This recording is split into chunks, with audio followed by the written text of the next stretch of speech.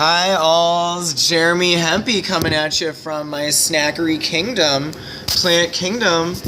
I'd like to tell you that I'm feeling like connected with my hinterlands. My ancient hinterlands are in Siberia, and Crimea is one of the areas in most turmoil and struggle right now. So I have an up-to-date news update for those of you who are also concerned with the stabilization of people's lives like this, when 1.6 million people are still affected by rolling blackouts. The electricity cutoff that happened in late November.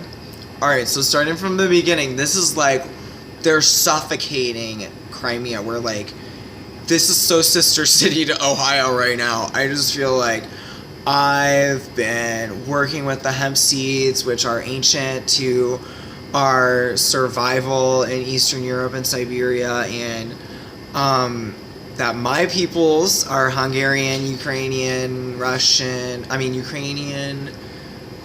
Austria, Hungary, and Lithuania. So my whole hinterland is tied up in some of these areas, and I don't know if some of the agriculture members of the U.S. Congress committees understand that, because I've been trying to get through about that Ukraine has a huge hemp crop, and that this is of use in these relief food aid situations where people need minimally processed natural snacks with whole food hemp food that is good for our immunity right now. And we need to specify that if this is missing here, there's a lot of it. Like, the USDA should hire me as repertory for uses for Ukrainian hemp seeds. The USDA has stated in some report that was in the news some interest in 2014. I was investigating it. My capacity to stay on task with some of these trails, especially as a grassroots activist, has been not easy. Alright, so anyway, Crimea news. I think I need to be involved. So, alright. The Ukrainian Prime Minister, Mr. Yarosenko, announced on December 2nd that trade with Crimea will be suspended in 2016. According to Kiev, only humanitarian aid and vital food aid and material supplies will be allowed to enter the peninsula. Following the land blockade organized by the Crimean Tatars in 2015 of September, the indigenous people of Crimea are now considering to launch a sea blockade in either late December or early January 2016. The idea, according to the Crimean Tatar activists, is to make the Russian occupation as expensive and complicated as possible. So this is full-blown, like, a lot of, like, the capacities for their military, like... Alright, so in the latest escalation in tensions between Ukraine and Russia over Crimea, Ukrainian Prime Minister Hinterlands said Wednesday Kiev will suspend trade to the peninsula starting in 30 days. Local media reported. Exceptions will be made for humanitarian aid, important food supplies, and some personal items in accordance with a decision by the cabinet, which will come into effect in 30 days. Supplying goods, work, services to Crimea is banned, said the Prime Minister, Reuters reported. As far as electricity is concerned, these supplies will be provided exclusively based on a decision by the Security and Defense Council. So this is under military order, okay? It's out of control. It's out of control, and the capacities. What are people holding on to? We need these healthy things to hold on to. It's our livelihood. Under a new decree. Back to the electricity. Back to the news report. Sorry, that was my editorial and plea. Electricity was cut off to a majority of the peninsula in late December when unknown parties destroyed plants in Ukraine.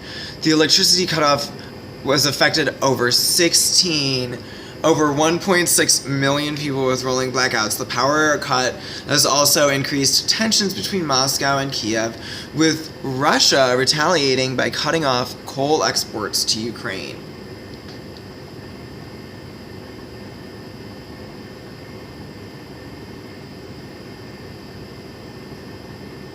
Under a new decree, supplying services or work in Crimea will also be banned.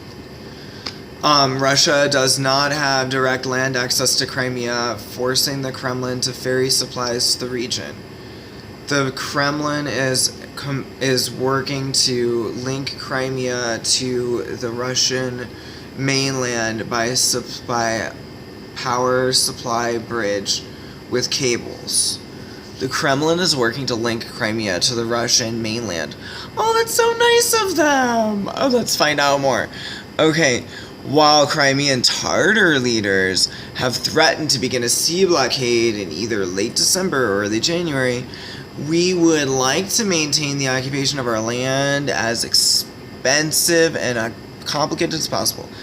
We will squeeze out and burn out the occupiers from Crimea, because this is our land, our graves, and our history. Crimean Tatar activists said. Local media reported, Russians have nothing to do here. Get out of here. This is our home. Crimean Tatars started a land blockade of the peninsula in September to draw attention to the human rights situation in the annexed region that is their homeland.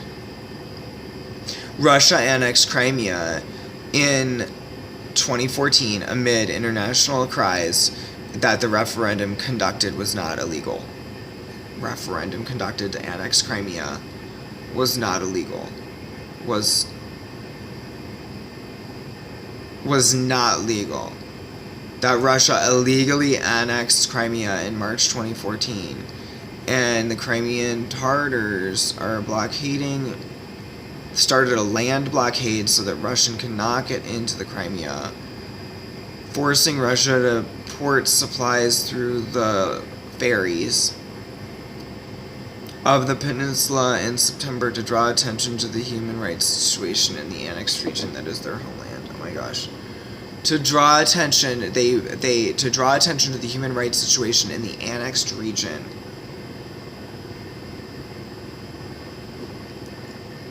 And Russia and Kiev relations are fucked up. This is news to me. I just want to help. So help support Omega Fat's action. We want to serve in Mexico. We want to serve.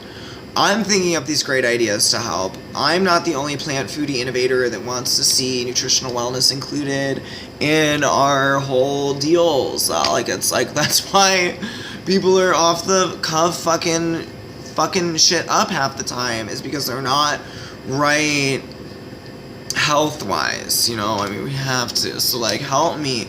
The point is, I'm not negative about, I think this is positive for anyone. All parties. And, I know the environment wants bipartisan support. I know animals want bipartisan support. Activists are bitchy about Monsanto with Hillary and stuff, is if Hillary wants to do something healthy for the environment and healthy for leadership initiating for the health and agriculture, then we need to celebrate that good shit. Whoever's doing the good shit needs to just be celebrated right now, okay? Because that is, first up, not who I am to throw up